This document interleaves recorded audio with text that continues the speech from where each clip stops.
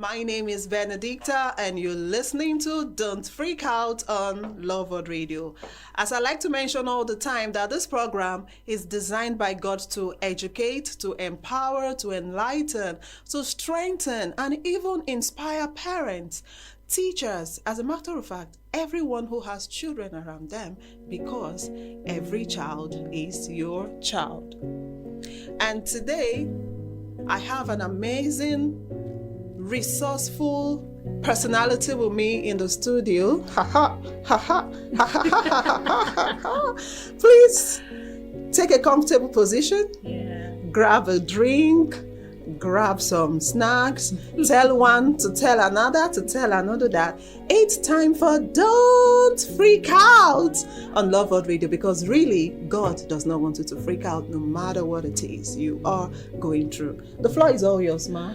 Yes. It's my delight to be here. Good morning, good afternoon, good evening, wherever you are in the world, and at whatever time you get to listen to this, either live or as a replay.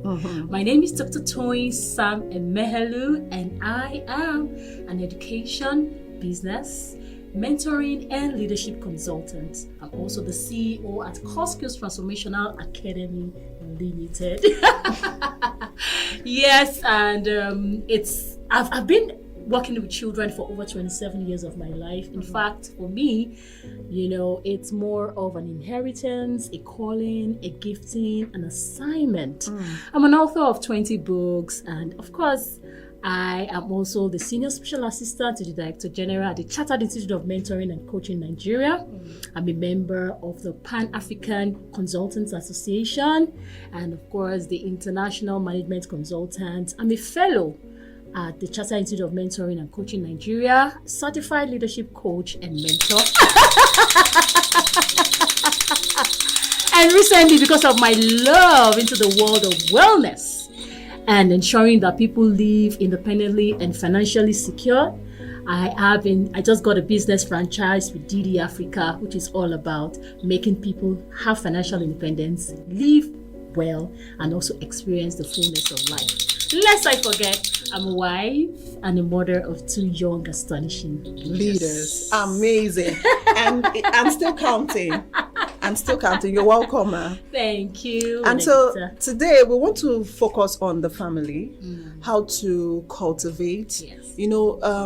It's just a principle. Anything that is taken care of, anything that is nurtured, anything that we give attention to will surely flourish. And like we've been taught, that the family is the smallest unit of the society or in the society, but it seems to be the toughest to maintain. So I want to encourage everyone to listen. And before we start, I want to find out, is your family a safe place for anyone to mess up, for your family members to mess up? When they mess up, will they be cast out, or can they just come in and know that, oh, my family loves me? So I need you to sit tight as we'll dive into this topic. So today we want to talk about cultivating and establishing a very wonderful family environment. And when we talk about environment, we're not just talking about the physical space. It cuts across the triune, the spirit, soul, and body. Great. Yes. So how can this be possible? How is this possible? How is that possible to cultivate and establish a thriving family environment in this very busy world? All right. So what I always say is, when two people, having those butterflies in their tummies, when they, like we put it, is it walk in love or fall in love? There is something that I always say. They are coming together, or they have come together to build something. And so one of the advice I've been giving to a lot of young people that are around me, by the way, I'll be 14 years in marriage by January 2024. Wow. And Congratulations. thank you. 14. And one thing I always tell people is, by the time you're coming together, it's not just a time to chit-chat. It is a time to sit down together and write what your family vision is going to be all about. Very important. Your family mission and your family core values. This is very critical when you are getting started. And then by the time you start having children and these children begin to have the fundamental understanding of at least a little bit about their world, then you need to revisit, right, the family vision with the children adding their own quota, no matter how little. And then that is always the very beginning, because whatever it's not intentionally built on a strong, solid and foundation will definitely crumble. Thank you for that. Whatever is not intentionally built on a solid foundation will surely crumble. Yes, I wanted to also say that. So don't feel bad if you have gone so long in marriage and you're just getting to hear this, right? Even if you are 40 years in marriage, I mean, I don't know who is listening to this or who will get to listen to this later. They said the best time to have started is yesterday, and the next best time to start is today. So you can still write your family vision, and core values. Yes. Talking about being intentional, about building a thriving and cultivating. You know, just like the farmer cultivates, he tills the ground before he plants. Yes. What are some of the things that families, couples need to put in place to establish this thriving family environment? So, of course, there are a couple of things, from their physical space to considering home safety, both physical safety, psychological, psychosocial, emotional, right, safety, spiritual safety, which is very, very key. And then they also look into emotional well-being of every member of the family, routines and structure, health and nutrition, quality time, learning and growth, technology balance, because we know it's a media world. I mean, everyone will want to be listening to this without the use of technology and various media platforms, and creativity and expression, as well as gratitude and positivity. This is just a few things I've mentioned, but I know that with these few things I've mentioned, it's going to serve like a compass that every other thing will be built around. It's beginning to seem to me like we'll have you in the studio again, because all these you mentioned, we will definitely not do justice to them in half an hour. Definitely. So let's talk about the physical space. Yes.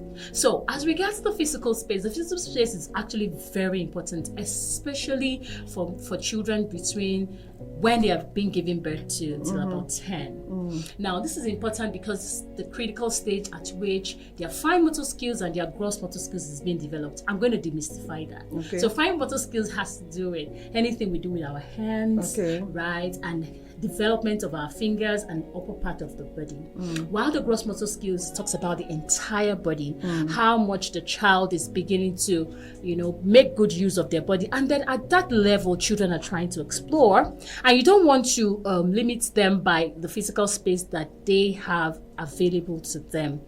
And the truth is, you may say, oh, wow, but my family is not too buoyant, and so I can't afford maybe each child having their own room and stuff like that. Now, for every community, there is always a space. It could be a park. It could even be a football pitch. It doesn't even have to be, all made up. It could be the space outside your house. Exactly. It could be the space outside your house. But what you need to ensure is that there is adequate security, child safety, well-being, safeguarding, right? You want to make sure that the children are safe, okay? Because you notice that children from 1, 2, 3, they want to put everything in their mouth. It's just a form of them trying to express and want to have a feel of what the real world is. Let me tell you, some children end up becoming physically inadequate. Why? Because they weren't given the room to express, their fine motor and gross motor skills while growing up. And then you'll be shocked that it even has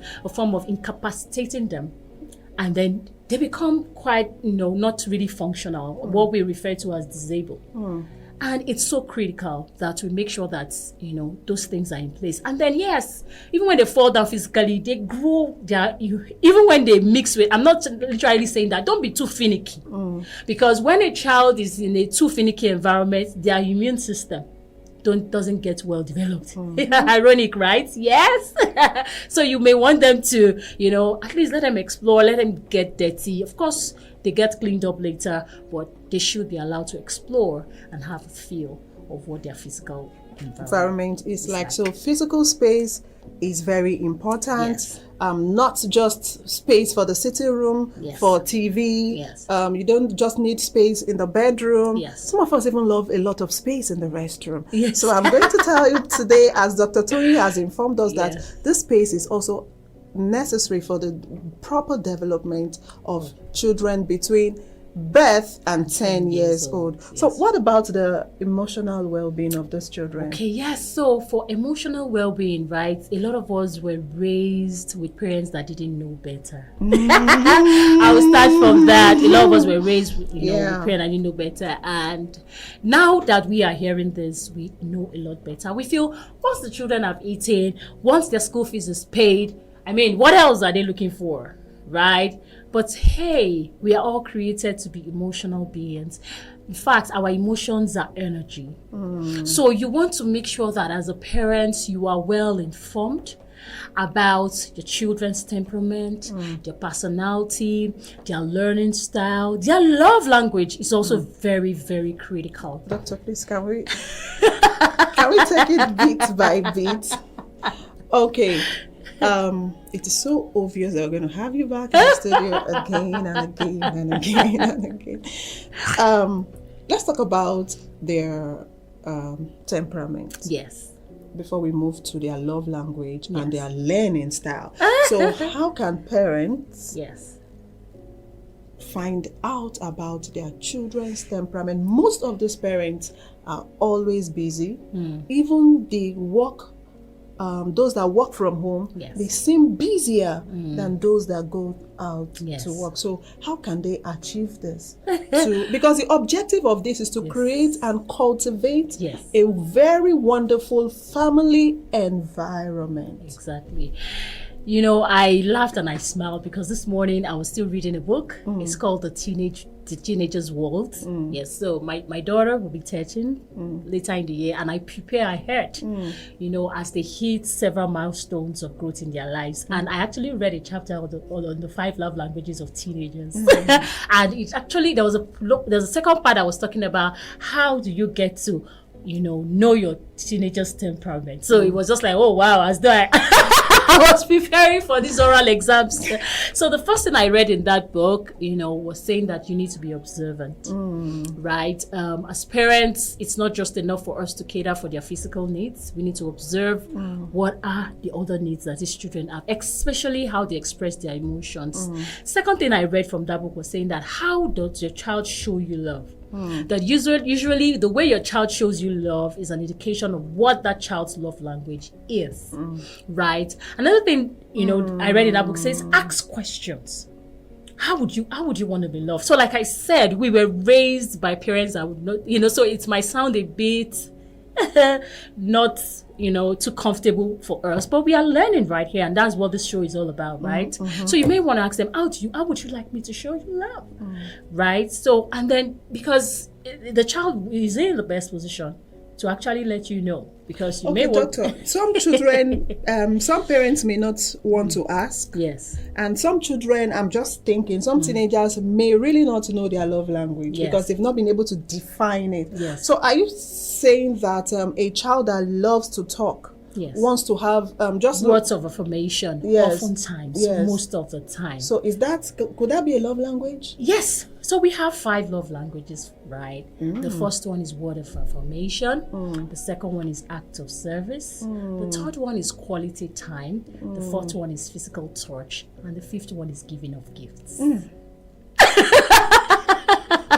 What's my love language? My own love language. So yes, I think it starts from the parents getting to understand what is their own love language.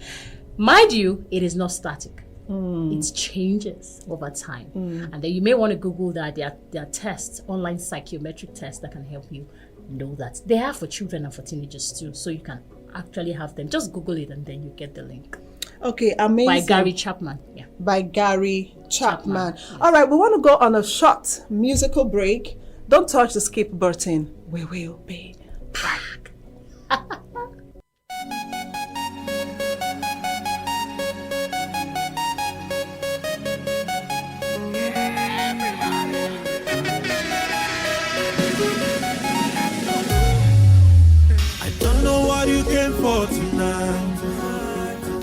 why you came here today. I know what I came for. Jesus is my comfort. In him there's fullness of joy. I came here to dance. I came here to praise. I came here to sing. And I came here to dance. I came here to dance. I came here to praise. I came here to sing. And I came here to dance.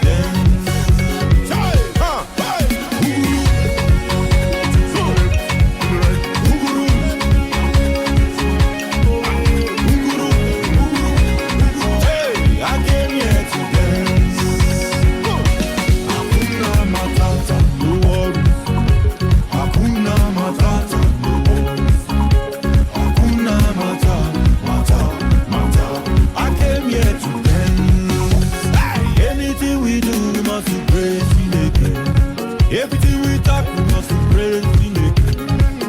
There's no doubt in all of his ways. There's no doubt in all of his ways. The way you're looking at my life, oh, you see his beauty and his grace. All around I'm so blessed. There's no doubt in all of his ways. I don't know why you came for tonight, oh. I don't know why you came here today. My comfort, in him there's fullness of joy. I came here to dance. I came here to praise. I came here to sing. Shaka, shaka.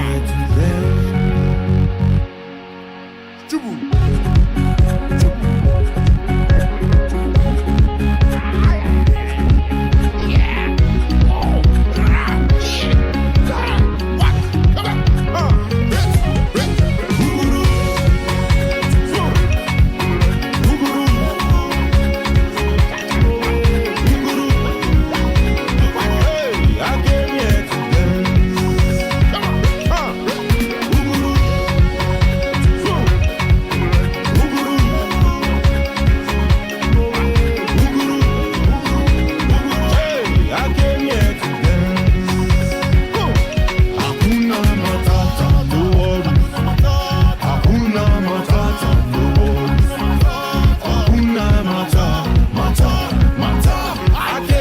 to dance.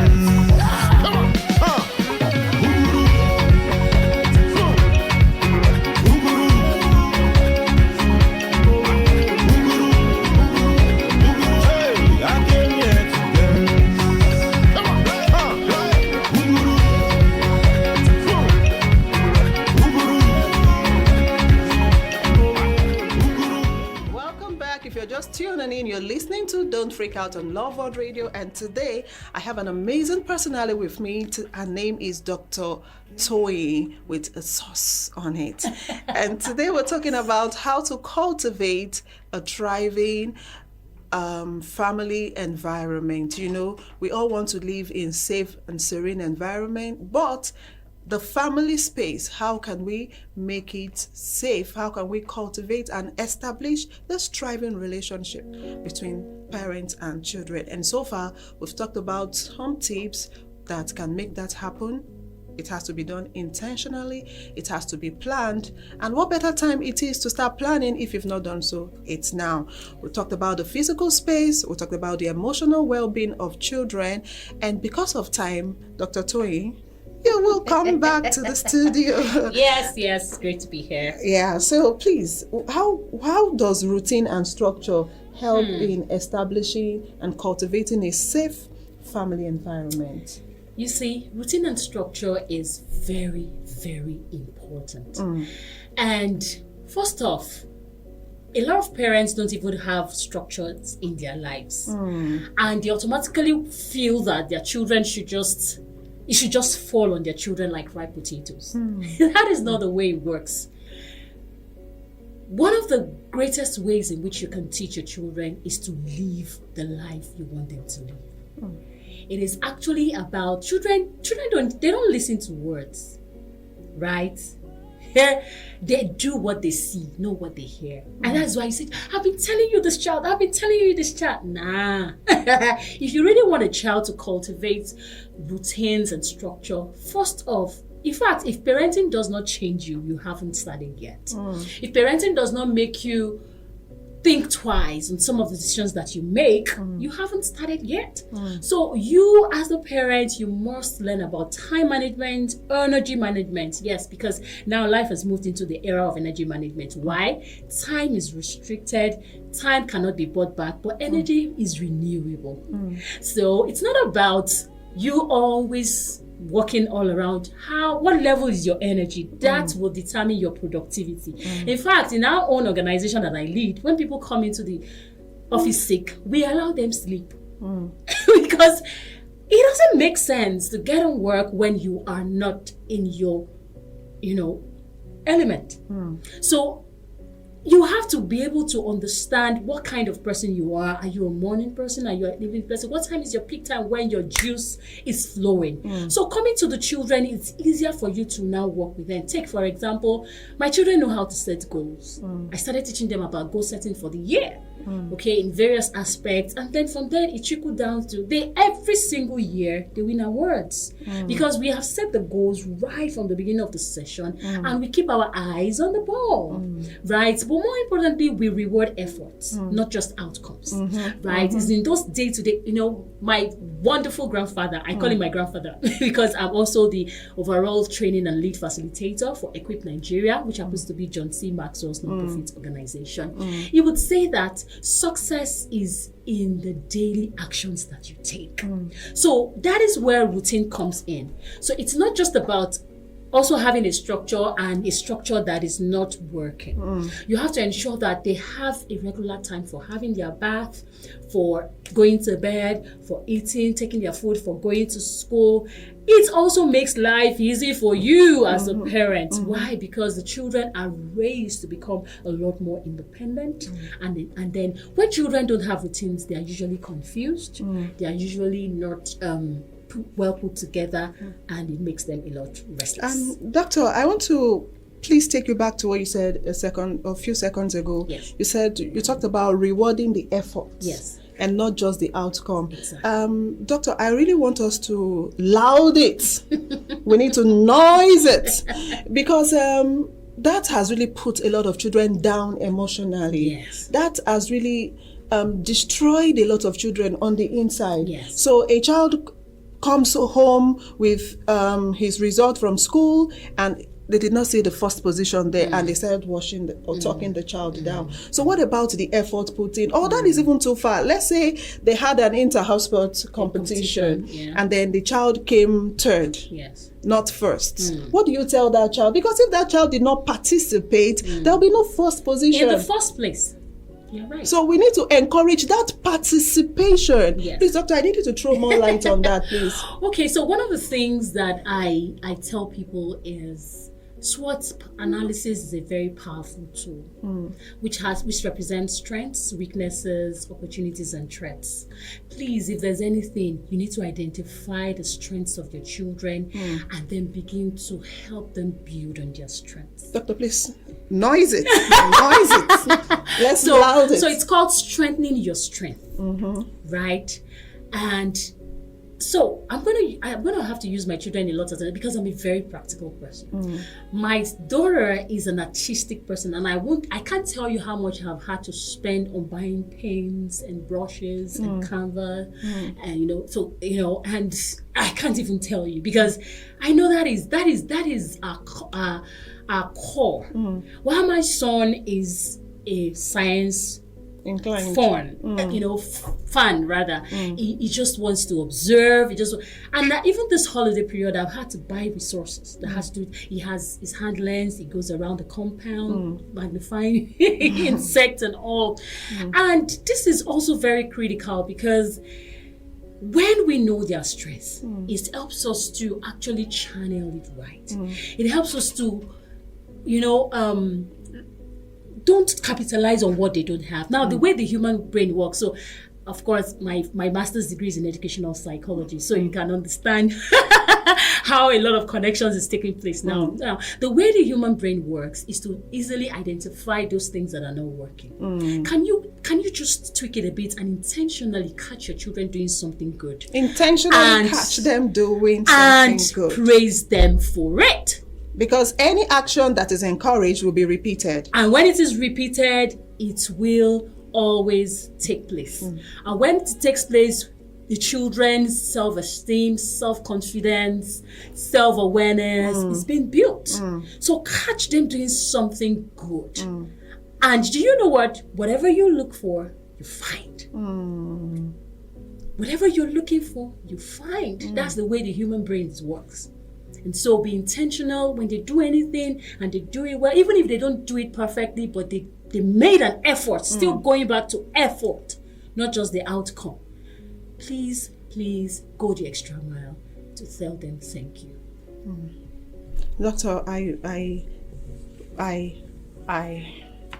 want to thank you for coming again. And because of our time, please, I would like us to do a quick recap on the tips we've given so far: physical space, emotional well-being, routine and structure, so that those that are just joining in can catch one or two things. Yes. So in summary, we've actually been looking at how can we foster, that beautiful environment, nurture that environment where our children can grow holistically, spirit, soul, and body. And then we started with the fact that there must be a vision. Habakkuk 2:2 says, write the vision. Make it plain. So that either read it or run with it. And the family is the smallest unit of the society. And one of the reasons why I'm so passionate about families and children is because it is through them that life gets sustained. It's interesting, right? You and I, if we stay for another 50, 60 years, it's because God has granted us grace. But they continue. They are the continuum. A lot of people talk about living a better world for our children. What about living, our children in a better world, and it's whatever we put in that we get. So we've actually also talked about the importance of the physical space and how it helps to develop their fine and gross motor skills. We've looked into the core part of ensuring that the home is safe. The home is safe physically, the home is safe psychologically, what type of language goes on and off. I had to enroll for a 1-year parenting program, and it was then I got to know about the yell meter. That everyone has a yelling level in their voice, especially parents. Can you just learn how to make the environment? Can you talk to the children and not yell? Can you actually communicate and let them know? Because once you start yelling, the children will pick it up. And then they will start yelling too. And you know what? They don't yell at the same level. Theirs will be on a higher dimension because they magnify whatever it is that we do. Right? And then we've also been able to look at emotional well-being, talking about the fact that it is not just enough for us to take care of them physically and we feel, they are all right. We have to go the extra mile to know their love languages, their learning style. And of course, we have to be intentional about being present, listening to them, and having them free enough to have conversations with us. Amazing. And from me, I would like to say a very big thank you to Dr. Toyi. A lot of children from very good homes, wealthy homes, a lot of them feel depressed. So it's not only those that lack one or two things that really feel depressed. When they lack this emotional connection from their parents, it might make them feel Fortunately, depressed. they seek it from somewhere else. And there are a lot of pedophiles, there are a lot of people online everywhere. So if they don't get it from home, they look for somewhere else to get it. And you don't want them to get it just anywhere, right? We don't just want that. We do not want that. So I want to encourage you that as much as you plan for their education, their feeding, their clothing, intentionally plan for their emotional stability. How is that possible? It is possible if you seek for knowledge. The key word is being intentional. Remember, God gave us these children. And when I talk about children here, I don't only mean your own biological child. Every child is your child. Because if you pay attention to your own child, there are other children in the community, in the society that will relate with that child that you are giving 100% attention. So every child is your child. And remember, it is very possible to cultivate and establish a well-rounded family environment. Yeah, just a final word for parents. So please take care of yourself. Right? One of the reasons why a lot of parents are agitated, while they yell, yes, knowledge is one. Secondly, a lot of parents are stressed. And you cannot pour from an empty cup. I wouldn't lie to you that parenting is a walk in the park. It is draining spiritually, mentally, physically. So start by praying. Ask God, teach me how to raise these children. That is always my prayer. And sometimes I wake up and I lay my hands on them and I say, you would hear the voice of God alone. The voice of strangers you will not hear. You will be a leader in your generation. Men and women will look up to you. So after drawing strength from God, make sure you are whole. It takes a woman that is whole or a man that is whole to raise a whole child. If you are having personal struggles, try as much as possible to see how you will heal and get back on track. Physician, heal thyself. If you need healing, if you need counseling, if you need therapy, our world is not funny. And it takes a lot to raise children. So I would like to encourage you, sometimes just let down your hair. Life shouldn't be all hard all the way. Seek God for counsel in ways in which it would help you to develop your financial capacity. Because yes, one of the most things parents worry about is finances. And I wouldn't take, and the economy is really smiling on us for those of us in Nigeria and in most part of the world. So please do take care of yourself so that you'll be able to foster this environment that is holistic and helpful for your children as well. Thank you so much for having me on the show, Benedicta. It's my pleasure. And remember not to freak out because God got your back. I love you. Yes, and Benedicta is always here to provide you with timely support and advice so that you don't freak out!